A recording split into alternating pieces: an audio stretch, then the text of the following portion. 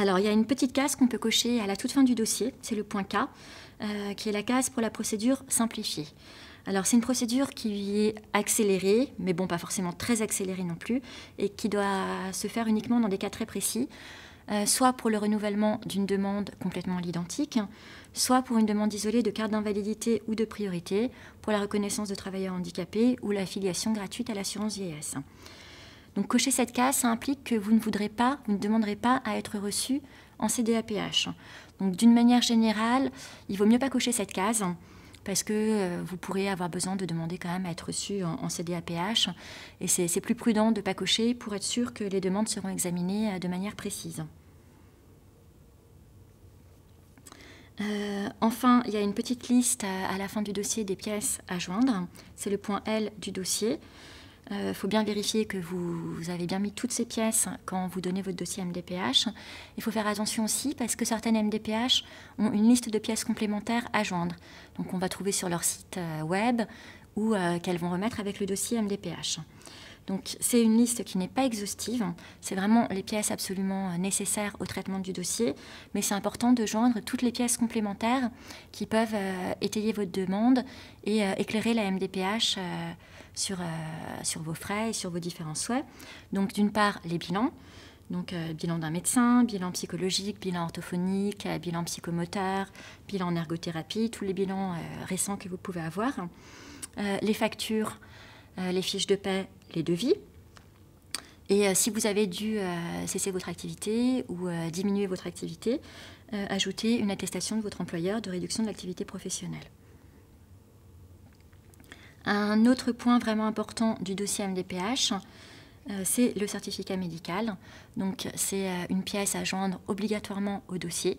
Donc, on peut télécharger avec le dossier MDPH ou qui est donné à la MDPH avec le dossier. Ce certificat doit dater de moins de 3 mois. Il peut être rempli par un médecin spécialiste ou par un médecin généraliste. Donc, dans le cas d'une première demande, c'est quand même beaucoup plus prudent de le faire remplir par un médecin spécialiste, par exemple le médecin qui a diagnostiqué votre enfant ou le pédopsychiatre, le neuropédiatre qui suit votre enfant au courant de l'année. Alors certaines MDPH vont demander que le premier certificat médical soit rempli par un centre de diagnostic, centre de ressources autisme, ou qu'un certificat de renouvellement soit rempli absolument par un spécialiste.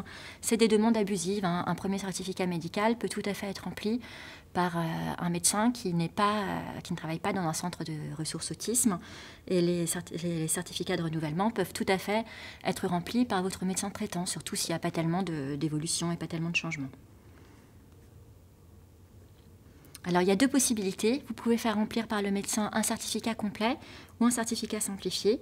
Le certificat simplifié, c'est un petit cadre sur la première page. Vous pouvez le faire remplir uniquement si c'est le même médecin qui a rempli le certificat pour le dossier précédent et que la situation de votre enfant n'a pas ou très très peu changé. Alors, c'est préférable dans l'ensemble que le certificat médical soit vraiment précis. C'est un élément primordial du dossier. La MDPH va beaucoup s'appuyer dessus pour statuer et prendre ses décisions. Il y a un diagnostic qui doit être fait selon la CIM-10, la classification internationale des maladies. Il doit y avoir dans le certificat médical une description, même si elle n'est pas très précise, des principaux troubles de l'enfant, des traitements de l'enfant, s'il en prend, et des prises en charge actuelles ou souhaitées. Indiquer aussi, le médecin doit aussi indiquer, si possible, les retentissements du handicap de l'enfant sur la vie quotidienne et familiale, sur la scolarité, sur l'activité professionnelle des parents, et indiquer des préconisations en matière de prise en charge et de scolarité. Bon, après, ils ne sont pas toujours aussi précis, mais dans la mesure du possible, essayez d'avoir un certificat précis. Donc, le mieux pour avoir un certificat précis et qui correspond à vos attentes, c'est de prendre rendez-vous avec le médecin pour en discuter ensemble et pour le remplir ensemble. Ça vous permettra de bien expliquer au médecin vos souhaits en matière de scolarité, en matière de prise en charge, vos contraintes au quotidien. Et ça permettra que le certificat médical aille dans le même sens que votre projet de vie. Dans la mesure du possible, c'est donc bien de remplir le certificat médical avec votre médecin, donc de prendre rendez-vous avec lui pour qu'il le remplisse en votre présence. Ça va permettre de lui expliquer vos souhaits en matière de scolarité, en matière de prise en charge, vos contraintes au quotidien. Et ça va permettre que ce certificat médical aille dans la même direction que votre projet de vie. Il faut toujours demander à ce que ce certificat médical vous soit transmis. C'est un document que vous devez pouvoir regarder et transmettre vous-même à la MDPH. Donc, dans certaines structures, il peut y avoir une tendance à envoyer directement le certificat médical, une fois qu'il est rempli par le médecin, à la MDPH.